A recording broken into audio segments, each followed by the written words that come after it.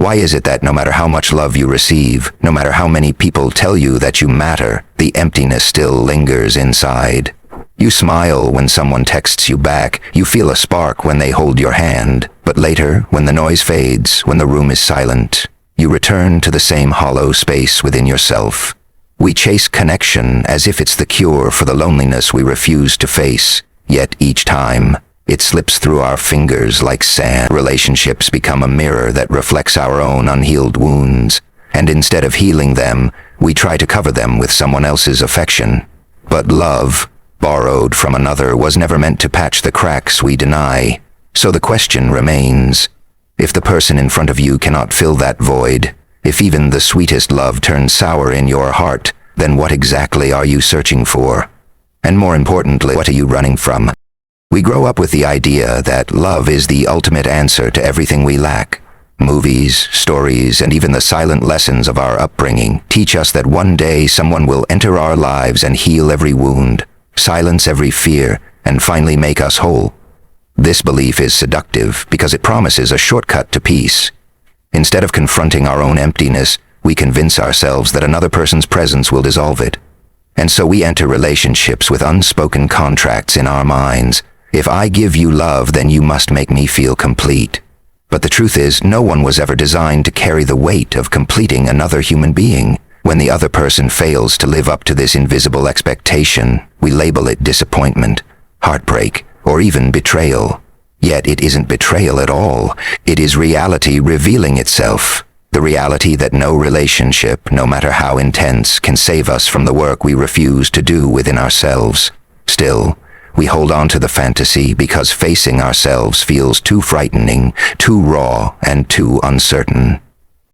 At the root of this conflict lies the fear of solitude.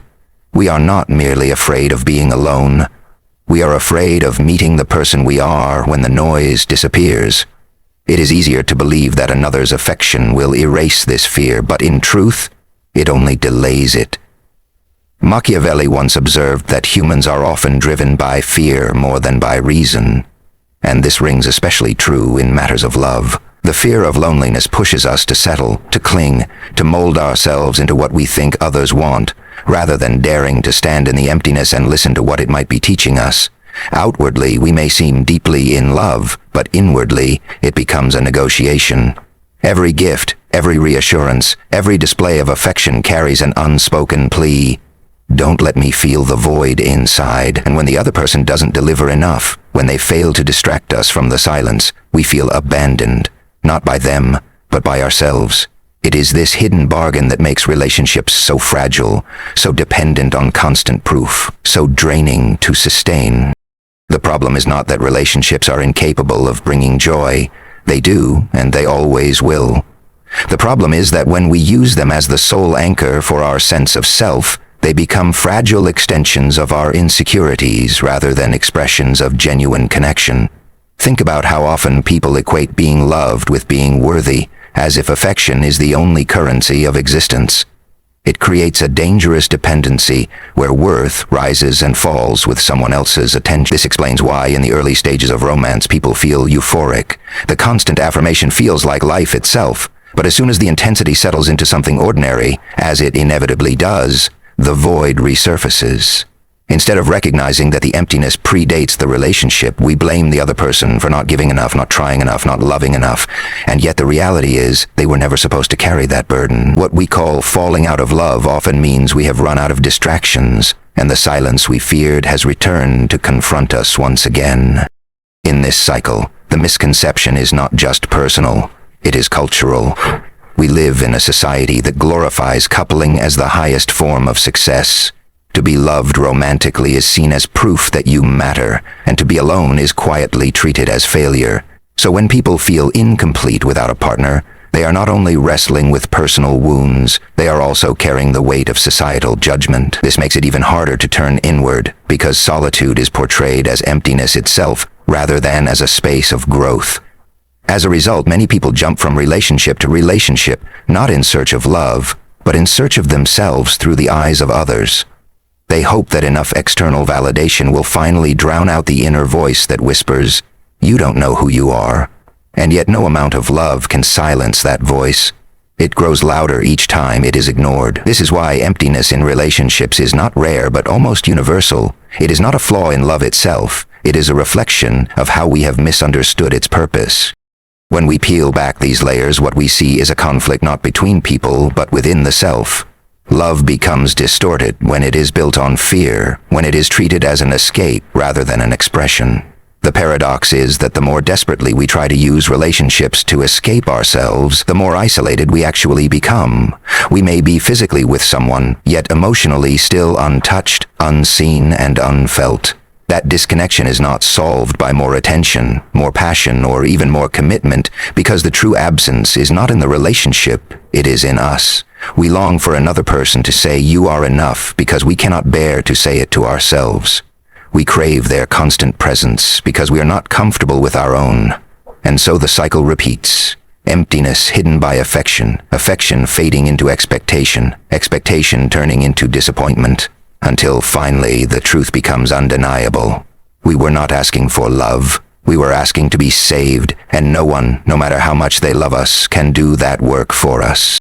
There are moments in life when you find yourself surrounded by love, and yet feeling unbearably alone. You could be sitting across from someone who looks at you with warmth in their eyes, someone who has promised to be there for you, and still, a quiet ache lingers within.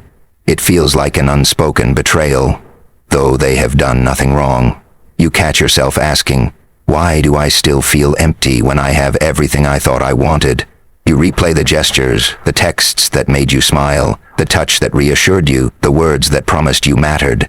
And yet those moments dissolve quickly like water slipping through your hands. The restlessness creeps in during the silence, when there are no distractions left to cover the hollow space inside. You start to wonder if maybe the relationship isn't right, if maybe this person isn't the one, or if perhaps love itself has deceived you. But deep down, it isn't about them. It is about that unspoken truth that no one else's presence has the power to fix what you have not faced within yourself. The experience of emptiness inside love is one of the cruelest paradoxes of being human. It forces you to confront the difference between being adored and being whole.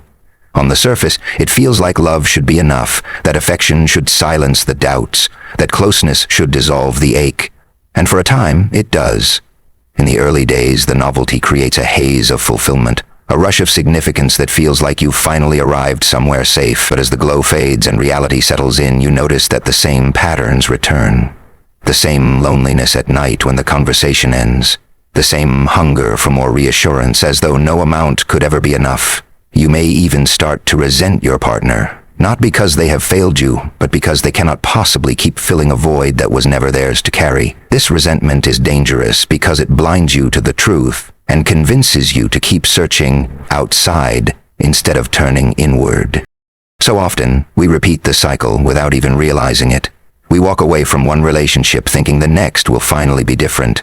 The next person will understand us better, will love us deeper, will finally erase the ache we carry. For a while, it feels true. New affection always feels like salvation at first, but slowly, inevitably, the same silence returns.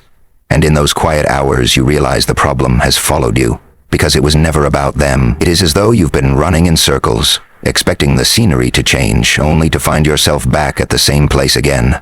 And the hardest part is the temptation to keep running, to keep searching, rather than to stop and listen. Because listening means admitting that the emptiness is not an enemy outside of you, but a shadow within. It is easier to change partners than to face yourself. Easier to demand more attention than to ask why you feel so unworthy without it. And so the cycle continues, fueled by the unwillingness to look deeper. If you've ever felt that hollowness in the middle of love, you know how it sharpens your insecurities. You start to wonder if maybe you're too broken, too needy, too much. You question if you are unlovable, if the problem is not the relationship but you.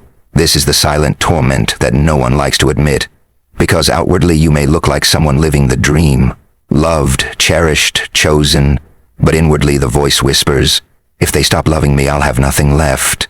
That voice is not weakness. It is the raw truth speaking, exposing how dependent you've become on external affirmation to feel alive. Society rarely talks about this because it's easier to sell us stories of fairy tale love than to remind us that love without self-understanding is fragile. But this is what the emptiness reveals. It shows us that until we confront the beliefs we hold about ourselves, no amount of affection will feel secure, and this realization is not cruelty, it is clarity. The most painful realization comes when you see the pattern not as coincidence, but as a mirror. Every relationship that leaves you feeling empty is not proof that love doesn't exist. It is proof that you've been asking love to do something it cannot do. You've been asking it to erase your inner disconnection, to silence your inner doubts, to complete a self you have not built on your own. And in those rare moments of silence, when you stop blaming your partner, when you stop chasing the next person, the truth begins to surface. The emptiness is not punishment. It is invitation. It is not there to shame you, but to call you deeper. To remind you that love from others was never meant to replace the love you must cultivate for yourself. The hollowness is not betrayal.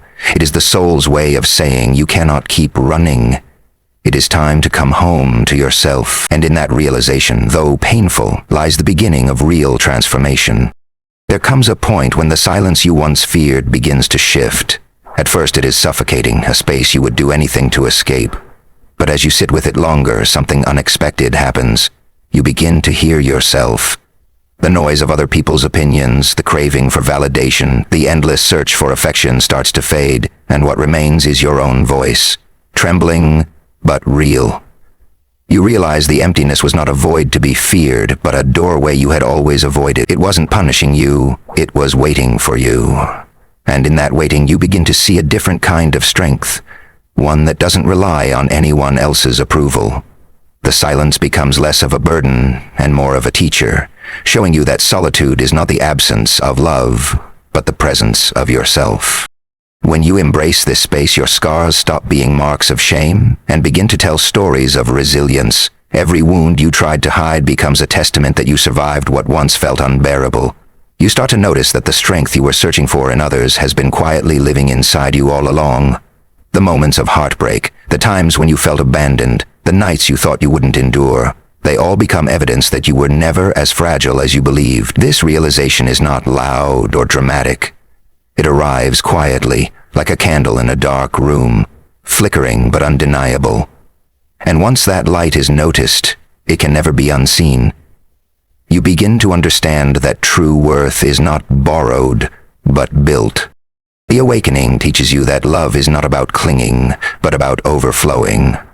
When you know yourself, when you have touched that inner light, relationships shift. They are no longer desperate attempts to fill a void, but natural expressions of the fullness you already carry. Imagine being with someone not because you need them to tell you who you are, but because you want to share who you already know yourself to be. This shift changes everything. It removes the weight of expectation, the fear of loss, the constant bargaining for affection. Love becomes lighter, freer, more genuine. You are no longer demanding proof of your worth from another person. Instead, you are offering your presence as a gift. This is when connection transforms from dependency into true intimacy, from fear into freedom. There is a power in solitude that society rarely acknowledges. The world often tells you that being alone is a sign of failure, but in truth, solitude is where you reclaim yourself. In those quiet hours, you learn to sit with your own company, to appreciate your own thoughts, to find peace in your own presence. You start to notice things you once ignored, the way the air feels when it moves across your skin, the beauty in small, ordinary moments, the rhythm of your own breathing. These details remind you that life is not only happening in someone else's embrace, it is happening within you right now. This awareness nurtures a sense of self that cannot be taken away, because it is not dependent on anyone's approval. It belongs entirely to you. As you awaken to this truth, the fear that once drove you begins to dissolve. You are no longer terrified of being abandoned because you no longer abandon yourself. You are no longer afraid of rejection because rejection no longer defines your worth. You stop asking what if they leave and begin asking what do I need to stay true to myself. This shift is subtle, but it changes the way you walk through the world. People can sense it. You carry yourself differently, not with arrogance but with quiet assurance. You no longer beg for love. you invite it. And because you no longer approach relationships from fear, the connections you create become deeper, more authentic, more enduring. This is not because you've become harder to hurt, but because you've become impossible to empty. The awakening is not a single moment, but a slow unfolding realization that the life you've been seeking outside of yourself was always within you. It is not glamorous, and it does not happen overnight. Some days it feels like progress, other days it feels like slipping back into old fears. But with each step, you notice the change. The loneliness that once haunted you becomes solitude that empowers you. The scars you once resented become reminders of your growth. The silence that once frightened you becomes the place where your soul finally speaks. And in that speaking you discover a freedom you never thought possible. The freedom of knowing that you are whole, even when no one is holding you, even when no one is validating you, even when life feels uncertain. It is the freedom of realizing that emptiness was never your enemy. It was the path to awaken. If you have always felt empty in relationships, it is not because love has abandoned you, and it is not because you are broken beyond repair. It is because, somewhere along the way, you abandoned yourself. You handed over your sense of worth to someone else's approval, hoping they would carry it safely for you. And every time they stumbled or failed to protect it, you mistook it for rejection. But the emptiness has been trying to tell you something far more important, that no one can safeguard what you have not yet claimed as your own. This realization may sting at first, because it forces you to see how much you've relied on others to give you what you refused to give yourself. Yet within that sting is the beginning of liberation, because if the emptiness comes from within, so too does the power to heal it. The world constantly whispers that fulfillment comes from being chosen, from being loved, from being desired. You are told that until someone else validates you, you are incomplete. But this is the very illusion that keeps you trapped. You were never born incomplete.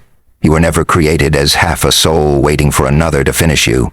You are not missing pieces. You are carrying unrecognized light. The real revolution is not found in chasing validation from outside, but in reclaiming what you have always carried inside. When you stop searching for someone to rescue you, you begin to see that the only rescue you ever needed was the courage to face yourself. Inner transformation does not look like fireworks or sudden enlightenment.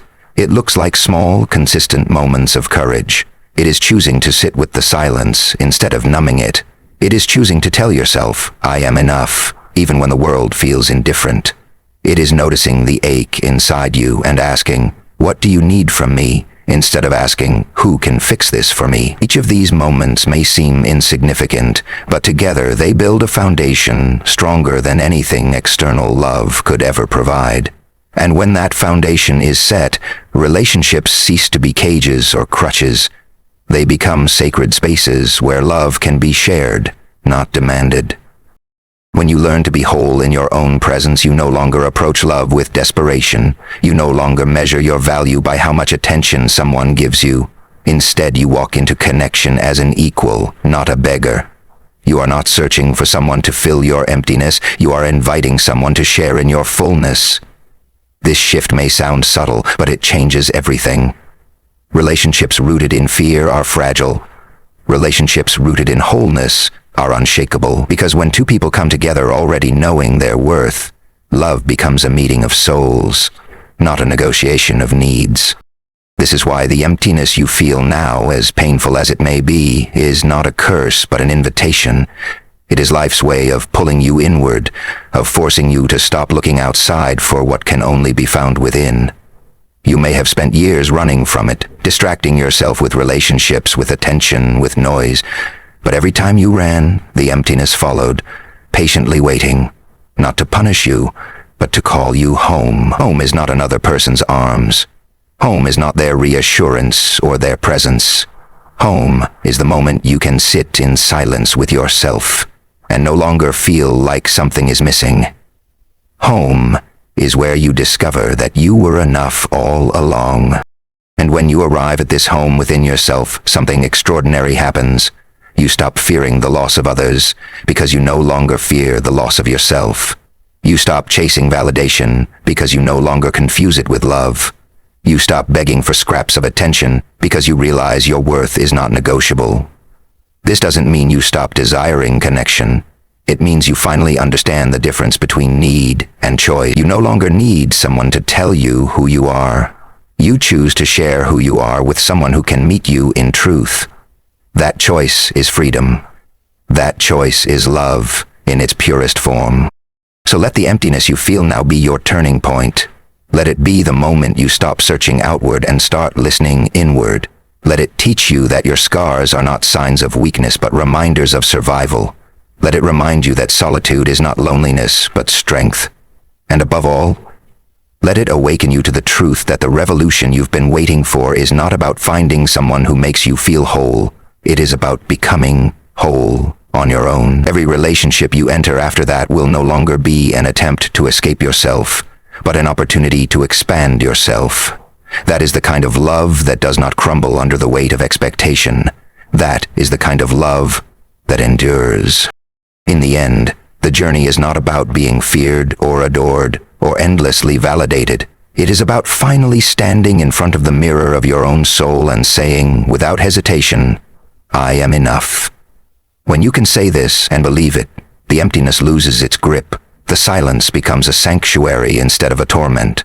The scars become stories of growth instead of marks of failure, and you discover the one truth that changes everything. You were never searching for love. You were searching for yourself. And now, at last, you have found the way home.